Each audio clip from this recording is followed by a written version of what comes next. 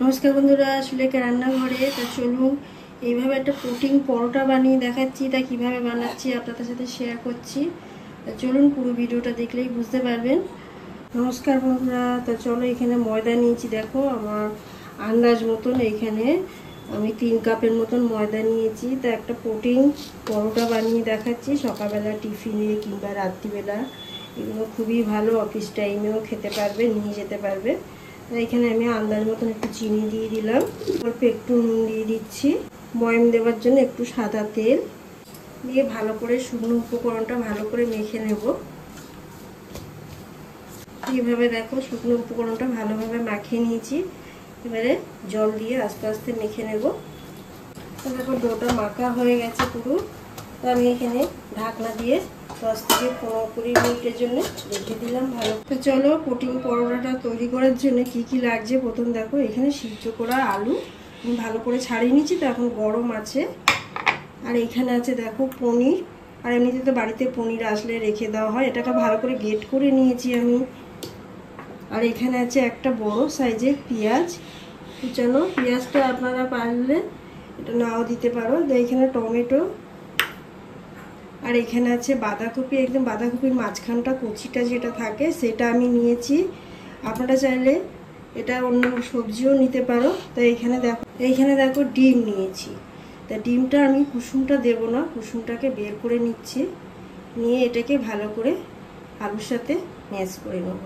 তো দেখো ডিম আর আলু ভালো করে এইভাবে কাঁটা চামচ দিয়ে ভালো করে মাখিয়ে নেব, যাতে গোটা গোটা ভাব না থাকে। ভালো করে দেখো এগুলোকে ভালো করে ম্যাশ করে নিয়েছি, তা একদম হয়ে গেছে।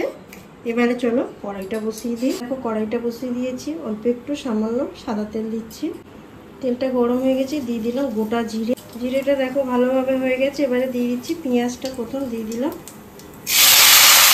পেঁয়াজটা দেখো হালকা লাল হয়ে গেছে। এবারে এখানে দিয়ে দিচ্ছি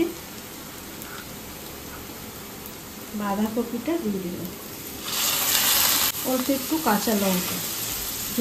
এবারে সবজি আলু সেই আন্দাজে নুনটা আমি দিয়ে দিলাম। 1 চামচ দিয়ে দিলাম আদা, একটু জিরের গুঁড়ো দেখো ছোটো চামচে, অল্প একটু ধনে গুঁড়ো দিয়ে দিলাম। এবার দেখো এর উপরে দিয়ে দিচ্ছি এবারে ম্যাশ করে আলুটা দিয়ে দিলাম। এবার দিয়ে দেবো পনিরটা দিয়ে দিচ্ছি, তারপরে টমেটোটাও দিয়ে দিলাম। দেখো এখানে প্রোটিনটা পুরো তৈরি হয়ে গেছে, একদম একদম কত সুন্দর ঝরঝরের মতন হয়ে গেছে। তো এবারে দিয়ে দেবো অল্প একটু চিনি, মানে একটু গরম মশলা। ভালো করে আবার এটাকে ভালো করে মাখিয়ে নিচ্ছি। দেখো ময়দাটা নিয়ে চলে এসেছে, আর ডোটা তো ঠান্ডা হয়ে গেছে, এটা যে করেছিলাম। এবার ময়দাটাকে আরেকটু ভালো করে মেখে নেব। দেখো মেখে নিয়েছি। এবারে ছোট ছোট লিচি তৈরি করবো এরকম হাতের সাইজে। তো দেখো এবারে হাতের সাহায্যে ভালো করে এভাবে গোল তৈরি করে নেব। সবগুলো পুরো গোল তৈরি হয়ে গেছে একেবারে। প্রথমে একটা নিচ্ছি, দেখো এখানে একটু আটা ছড়িয়ে দেবো। আটা কিংবা ময়দা দিয়ে এটাকে রুটির মতন গোল করব। এবার দেখো এই পুরটা নিয়ে দেব। দেখো পুরটা পুরো দিয়ে দিয়েছি, দিয়ে নেব।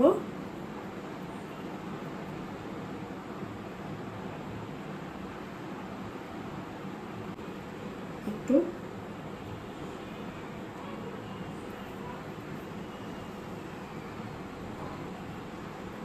দেখো কিরকম ভাবে ফুলে যাচ্ছে জিনিসটা। দেখো একটা হয়েছে, ওটা দেখালাম। এইভাবে আমি গ্যাসটাকে ধরিয়ে দেবো, দিয়ে গ্যাসটাকে সিমে রেখে এটাকে আস্তে আস্তে ভাজতে থাকবে একদম অল্প তেলে। ওটা গরম হয়ে গেছে,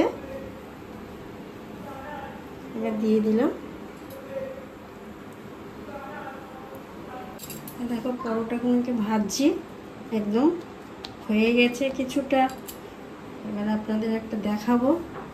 দেখো প্রথম একদম কি সুন্দর ফুলে যায়। দিয়ে দিলাম তেল। এবার 1 চামচ দিয়ে দেবো, গ্যাসটা কিন্তু সিমেই রাখতে হবে, একদম জোরে দিবে দিয়ে এইভাবে আস্তে আস্তে চাপ দিতে হবে যাতে ধারগুলো হয়ে যায়। আর এগুলো টিফিনে, অফিসে এইগুলো বেশ নিয়ে যাও অল্প তেলে। দুদিকেই করছি, দেখো এটা সিমে রেখে দিয়েছি, কত সুন্দর ফুলে গেছে। আস্তে আস্তে এটাকে উল্টাচ্ছি, দেখো বুঝতে পারছো যে কত সুন্দর হয়েছে জিনিসটা, ফুলে ফুলে আস্তে আস্তে সিমে। আর তেল তো একদমই বোঝা যাচ্ছে না যে তেল আছে, একদম গেছে পুরো। আমি এবার তুলে নিচ্ছি, কত সুন্দর কালারটা এসছে বুঝতে পারছো আপনারা। আর এই পুটিং পরোটা দেখে যদি ভালো লাগে অবশ্যই চ্যানেলটাকে সাবস্ক্রাইব করবে, লাইক করবে, কমেন্ট করতে ভুলবেন না।